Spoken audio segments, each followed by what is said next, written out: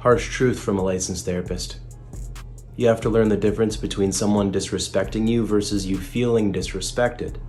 Feelings aren't facts, and emotional ears hear from a place of defensiveness, so sometimes it's not what they said, but what you were triggered by. And until you make peace with your triggers, everything will seem like an attack. Yeah, man, I had to sit this one up here for one of you hotheads, man. I know a lot of hotheads follow me, bro. And I want you to know that guy that stepped on your Jordans, your Air Forces, or your Balenciagas, you shouldn't be wearing those. He didn't mean no disrespect by it. Let him slide. Your once crispy white G-Fazos are now scuffed. It ain't worth killing nobody or fighting over, bro. I know you felt disrespected, but he didn't mean to disrespect you. You get what I'm saying? Life lesson, bro. Keep living. Hello. Hey. I can't do this no more. I'm breaking up with you. Fuck it. What's your type? What's my type? Yeah. Tall, dark, and handsome. Like him. Like me? Oh, yeah. You make Grandma feel so young. We gotta go. Wait, hold on. I'm not even trying to be funny when I say this. If you're a woman and you speak and men agree, shut up. Thank you. What is your body count? 11. 11, so 11 times 3, that's 33. Because you got to multiply by 3. That's what J. Cole said. That's so true. She not the one for me. She really just, she belong to the streets. You know what I'm saying? She... You putting on the show, it's actually ruining our relationship for the future. Because now you can no longer keep the show up because you faked it. The show meaning like money, right? Like the money, the gifts, the romance, the trips, everything. Everything that you do at the beginning to try to get us, you need to be able to keep that up because that's who we're gonna fall in love with. And that's what we're gonna want. When you stop doing that, we're gonna be looking at you like, what happened? You don't like us anymore? And they don't even do it gradually. They just be all of a sudden, nah, we ain't going nowhere. Yeah. Nah. Save money. Right. We gotta save money now. Can't do this. And all you want to do this. This is the lifestyle that you was giving me from day one. And all of a sudden we go from spending $15,000 to $2.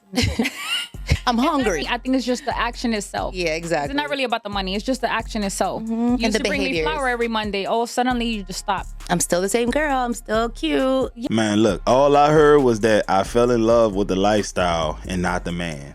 I'm not even gonna hold y'all on this one. Lifestyle, not the man. That's what it was.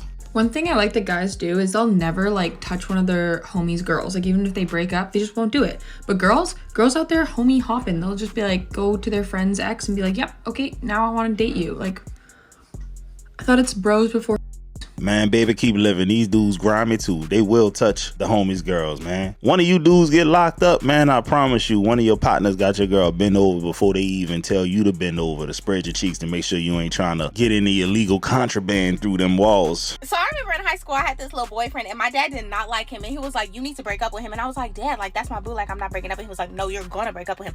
Long story short, he did some weird shit. I ended up breaking up with him. This was my first year of college, and my dad was like, no, that needed to happen. Like, you need to be single. Don't be in a relationship until you graduate from college at least. First, I was like, because I'm a relationship girl, but especially being in a relationship now, those years were necessary. I'm scrolling my For You page. I see a lot of girls talking about their single life experience. So I'm gonna just say this. When I start dealing with a man, yo side pieces, yo whatever, none of that is my business. Just how my is on the side, my roster, whatever it may be, is none of your business. Like, I just met you. I'm still feeling you out, seeing if you even cool enough to come and kick it with the kid. Y'all be like, oh, well, when I meet a man and I start talking to him, he needs to drop all his and that. Why? Because I drop all mine. Why? Stupid. Go out and have fun. Go on dates. Network. You 20-something years old, you just met this man, and now you just planning your whole life, your whole wedding and everything with him. Baby, if you don't go live your life and meet you better get out there and meet some. Okay, this finna be my boyfriend. Baby, relax. We're in our 20s, and you're single. Go out, have fun, network. Finesse a free meal or two. Or 3. I don't try to come off as the smartest man in the world, and I know y'all don't think I'm smart, but at the same time, dog, I would never give my daughter that advice. I do not want my daughter thinking that she can spend her whole 20s getting ran through, and when she comes out of it, she thinks she's gonna get the Prince Charming of her dreams. Baby, if you let these dudes break your back all through your 20s, we in a small town, man. It's gonna get around. Nobody gonna want you.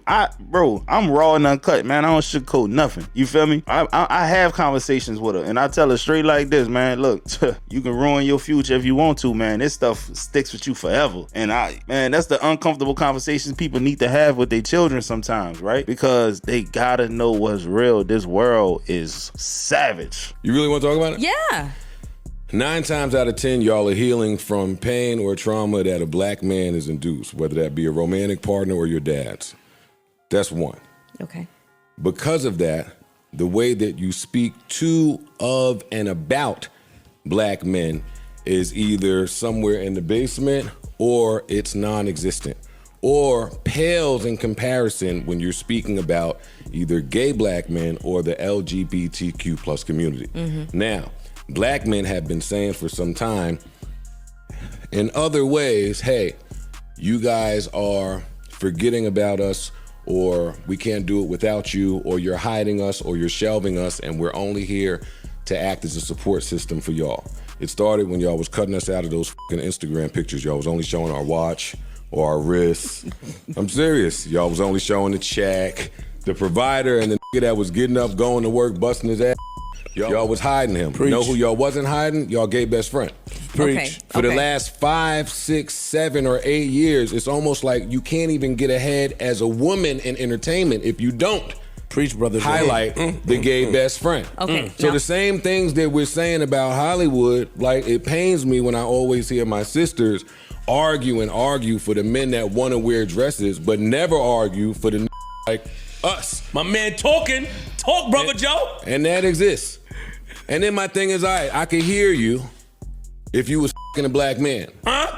Because then you kind of understand a little bit, or you going home to kick it with one, or even with your views, you have other views to bounce that off of. We could have related. But it's never that black man in sight when y'all get to talking that talk. And I can tell when I'm listening to y'all. We can't. Joe Budden, one of them type of people, either you love him or you hate him. I'm indifferent towards him. He said some things that made a lot of sense to me, and he said some things that made absolutely no sense to me. But this one right here, oh man, he was spot on with this one. He got their number, bro. Y'all might need to go and watch that one again and really soak in the game that he was trying to give y'all, because that's 100% facts what he just spit right there, man. A lot of young men need to hear stuff like that.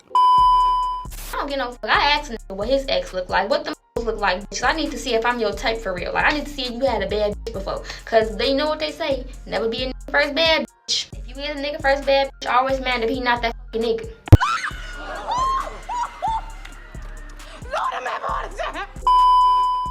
Today's women take the rapper approach. What do I mean by that? If you ask 6ix9ine who's the best rapper alive, you know what he's gonna say? Me. Even though we all know he can't rap for nothing. These women have that mindset. Who the prettiest girl in the world? Me. When there's no evidence to support it. She just said all that, and I'm thinking to myself, nah, you ain't it. Like, bro, these women be legit average. That energy that she's carrying about, she thinks she's Halle Berry in her mind, but really she's like Ebony from the Players Club. You get what I'm saying? Like, it's levels to it, bro. Humble yourselves, ladies.